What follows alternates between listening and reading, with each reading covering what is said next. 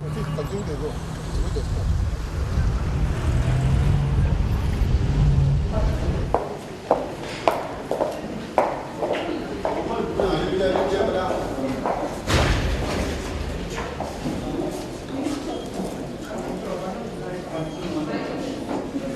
is exposed to HIV.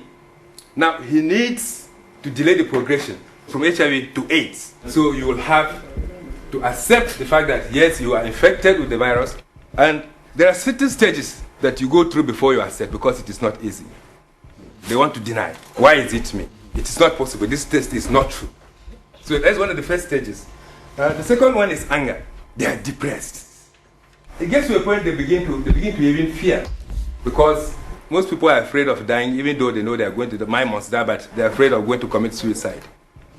When one discloses his or her HIV positive status, it lightens the burden psychologically and morally too. It kind of reduces stress. I passed through all of these stages to be able to, speak very boldly about HIV and AIDS and positive living. But I can assure you it's not very easy to get to certain levels, because I know for sure of some very close friends who up to now do not have the courage to speak very boldly about their HIV positive status. So the issue of disclosure is very, very important, because you need this at some point in time to be able to attract the support that you require to survive. Now, we are gradually coming to the workplace. What should I do if a co-worker discloses? It is important to listen very carefully and be reassuring.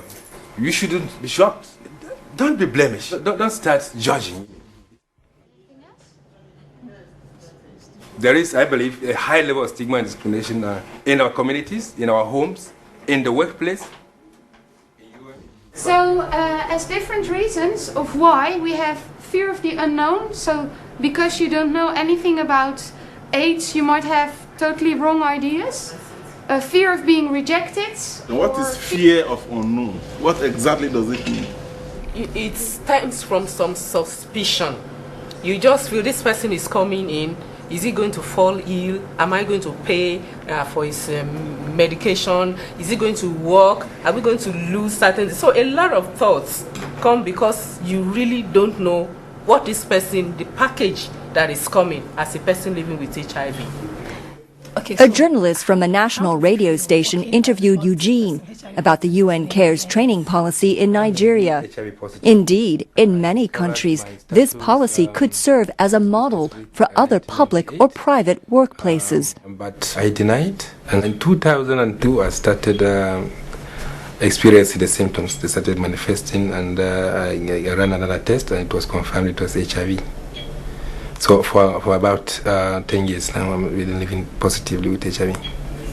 A journalist from Ray Power Radio came to interview me because he was looking for my kind of person, someone living with HIV and AIDS in a workplace that is very open with his or her HIV status. It's a way of advocating for government and all stakeholders to implement this policy, because in Nigeria, it's the UN that is driving the HIV workplace response. Other workplaces are only being keyed into what the UN is doing in collaboration with the government. Improve the livelihood of that person and also reduce stigma in the workplace. I think it's very important if you can be able to advocate. In the private sector, you have only a few companies with functional HIV in the workplace policies, but the programs are not in place. Eugene has been my lifetime friend. We were born in the same town, we went to the same schools. So sometimes, about 1998, he started being sick and was diagnosed to be HIV positive. He now came out and declared his status. Some were shocked that HIV positive, which is known to be something everybody is hiding and running away from, and why is he coming up boldly to declare to everybody that he's HIV positive? I lost contact with him for about 2 years. And for these 2 years, he was in a very critical condition, very, very critical. We thought HIV positive status was a death sentence. We are made to understand no remedy, no cure, no management. And the transferability, the way it is, we are made to understand that it was more easier than what we know now.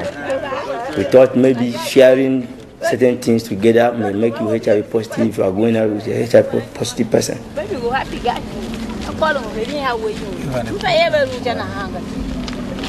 Eugene told me that now he is having HIV, is now positive. So what am I going to do? I said, there's each people married to ourselves were the same. So there's no need to run away and leave him because he's having HIV positive. So I will stay and we are coping fine and there's no problem. I will share the same ideas and everything, experience together, and we'll be doing everything together. So what is this? Boy, correct. That's my baby. That's my baby. She really gave me both moral and the financial support at the most critical time in my life when I was really down and things were really bad.